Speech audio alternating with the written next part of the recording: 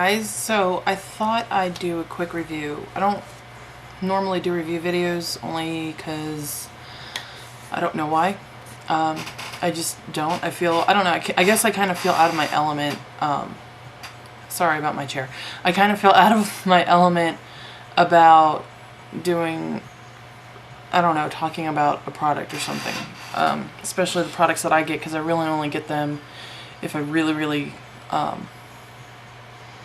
I'm curious about them, or tried them at the store and loved them, or if other people have reviewed them and they were all good. So, but after I did my Arabic makeup video, I got a lot of questions about my foundation, because I guess y'all saw that I was using the Makeup Forever, so I figured I'd answer about that.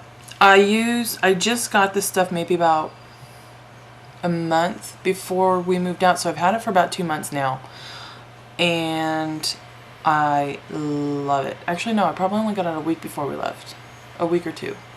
So a month and a half. I've had it for a month and a half, and I love this stuff.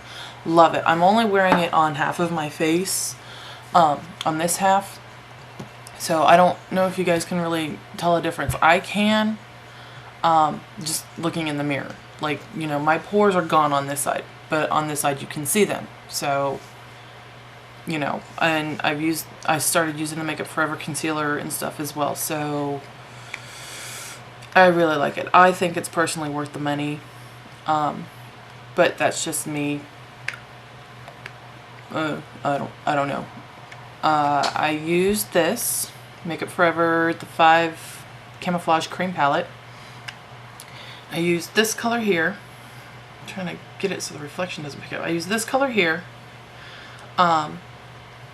and this color here for my under eye area. What I did was I applied this one first and blended it a bit, and then applied this one and blended it over it. So that kind of helped to conceal a little bit of darkness under my eye area. I don't really have a lot of darkness, but I do put a little bit of concealer on to help. And then what I used to set the concealer was the High Definition Powder by Makeup Forever. I really like this stuff. It is so super fine. It's freaking crazy how fine it is. However, I did read a review, or not really a review, but just someone's opinion on the Makeup Forever.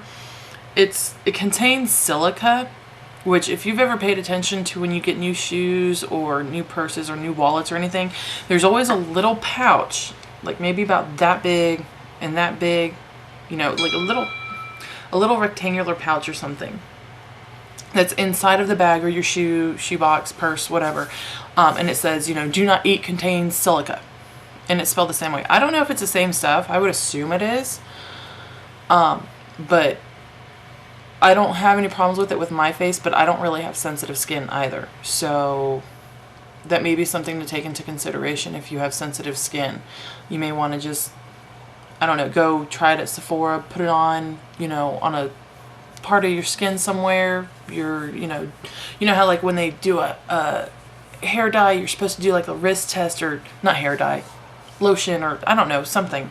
You do like a little wrist test, and if your wrist gets irritated to it, then it's probably not good to put it on your face. You may want to do that if you have sensitive skin, because I know nothing about sensitive skin. So, but the foundation itself, I love it. Love it. It doesn't take a lot to cover up whatever.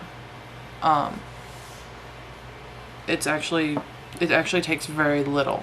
If I really want just really light coverage, all I need is one pump from this, and it'll go all over my whole face and work wonders. So, and then if I want to build more on it, I can do that, and it still doesn't feel caked on and heavy. And this stuff also contains silica too, so I don't know how that would work for you guys or anything. I also got the foundation primer, which I also like. Compared with Smashbox, I've tried using the foundation with the Smashbox, and then I've tried using it with the High Definition Primer from Makeup Forever, and I'd kind of rate them both along the same lines. I don't think there was that big of a difference. I think maybe the foundation works better with this one because I really don't know why. I don't know if maybe the chemicals just work better together with each other, or if they just interact together. But I wouldn't say it's that big of a difference between this primer and the Smashbox primer. I still use this one even if I don't use this one. I use this one primarily whenever I wear this. If I don't have time to do liquid foundation in the morning, I'll just do my mineralized skin finish from MAC, and with that I'll use the Smashbox. So I mean, for me the primer doesn't really do a big difference that I would consistently use it with any foundation that I wear. So that's my take on this. You can take or leave this.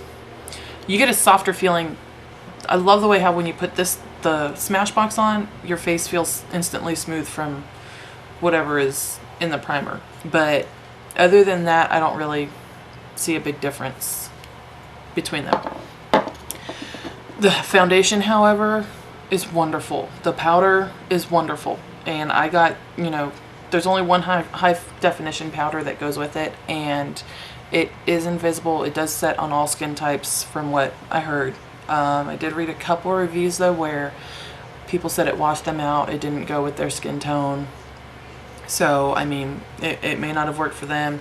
Maybe how they applied it may not have worked. I don't know, but that's that.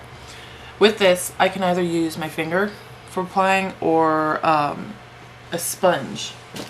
And I know like lots of people don't really like sponges and they're like all really anti-sponge, but I really just use these ones. I got these from Sephora just to try them out, and I really like them. And I use that for applying the Makeup Forever HD foundation. I just really like it because you can dab it and this, that, and the other thing and help go from medium to light or light to medium to heavy coverage, whatever. And then to apply the powder, I actually don't use a brush. I actually use Eco Tools. Their little powder puffs. I actually use that.